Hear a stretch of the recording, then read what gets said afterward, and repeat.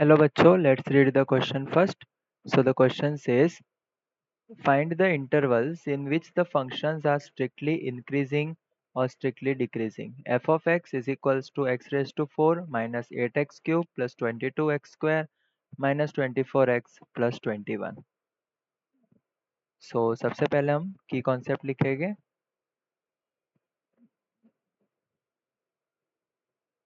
कि if for a function fx in a interval, ठीक है, लेट अस अज्यूम हमारे पास एक इंटरवल दिया हुआ है a to b.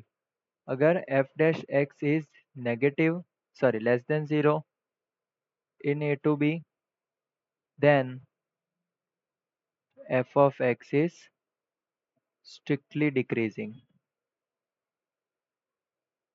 Okay, and when the value of f dash x, so f dash x क्या है? f dash x function का first derivative है. When f dash x is greater than 0 in the interval a to b, then fx is strictly increasing. ठीक है. सो सबसे पहले हम यहाँ पे क्या करेंगे, जो हमें क्वेश्चन दिया हम उसका डेरिवेटिव निकालेंगे. So we are given f of x is equals to x raised to 4 minus 8x cube plus 22x square minus 24x plus 41. ठीक है. सो f dash x is equals to x raised to 4 का differentiation होगा 4x cube, ये होगा 8 into 3x square plus 22 into 2x minus 24 और plus 41 का differentiation will be 0. सो हमें f dash x की वैल्यू मिल जाएगी 4x cube minus 24x square plus 44x minus 24. ठीक है. सो सबसे पहले हम क्या करते हैं, इसको 0 के इक्वल रख के इसके लिए इसके फैक्टर्स निकालते हैं ताकि हमें इंटरवल्स पता चलेंगे.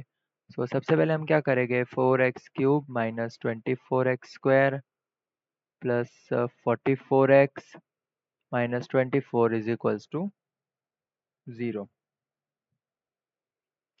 सो इसको हम कैसे लिख सकते हैं, -24. ठीक है, फैक्टराइजेशन मेथड यूज करेंगे. सो यहाँ से स्टार्ट करते हैं.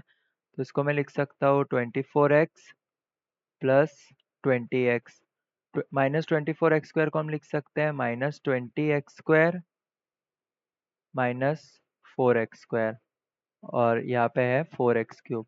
अभी आगे इन दोनों टर्म्स से 4x स्क्वायर कॉमन आएगा तो बचेगा x माइनस 1. इन दोनों में से -20x कॉमन निकालेंगे तो यहाँ पे बचेगा x माइनस 1 और यहाँ पे 24 कॉमन निकालेंगे तो बचेगा x माइनस 1. अब तीनों टर्म्स में से x माइनस 1 जब कॉमन निकालेंगे और एक 4 भी कॉमन निकाल देते हैं तो हमें मिलेगा x square minus 5x plus 6 is equals to 0. So 4x minus 1, इसको हम लिख सकते हैं x square minus 3x minus 2x plus 6 is equals to 0. So ये हो जाएगा 4x minus 1 x into x minus 3 minus 2 into x minus 3. ठीक है, कॉमन निकाल दिया हमने. सो यहाँ से हमें मिलेगा 4 into x minus 1 x minus 3 x minus 2.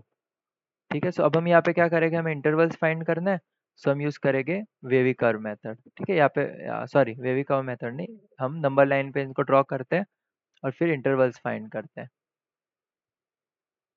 ठीक है. अच्छा, इसको हम लिख देते हैं this is equal to f dash x. ठीक है, मैं 0 तक नहीं, हम लिखते हैं f dash x is equals to this one. So intervals क्या हो गए, एक तो होगा 1, एक तो होगा 2, एक तो होगा 3. ठीक है, अगर हम x लेस देन 1 डालते हैं, ठीक है, x is less than 1, that is x is equals to 0 put करते हैं. ठीक है, तो x इज इक्वल्स टू 0 पे क्या होगा, f dash x is equals to 4 into minus 1 minus 3 minus 2. So f dash x will be equal to -24 that is F dash X will be negative.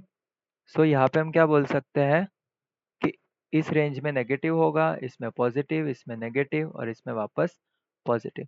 तो function increasing कब होता है? When f dash x is greater than 0 then the function is increasing. So increasing कहाँ कहाँ पे आ रहा है, हमें कौन से इंटरवल्स पे मिल रहा है? सो प्लस हमें मिल रहा है from 1 to 2 and 3 to infinity। So increasing will be 1 to 2 union 3 to infinity। और सेकंड कंडीशन है कि स्ट्रिक्टली डिक्रीजिंग, तो f of x sorry f dash of x will should be less than 0, तब हमारा फंक्शन होगा decreasing. तो decreasing मतलब negative value, f dash x की वैल्यू नेगेटिव कहाँ आ रही है? Minus infinity to 1 and 2 to 3।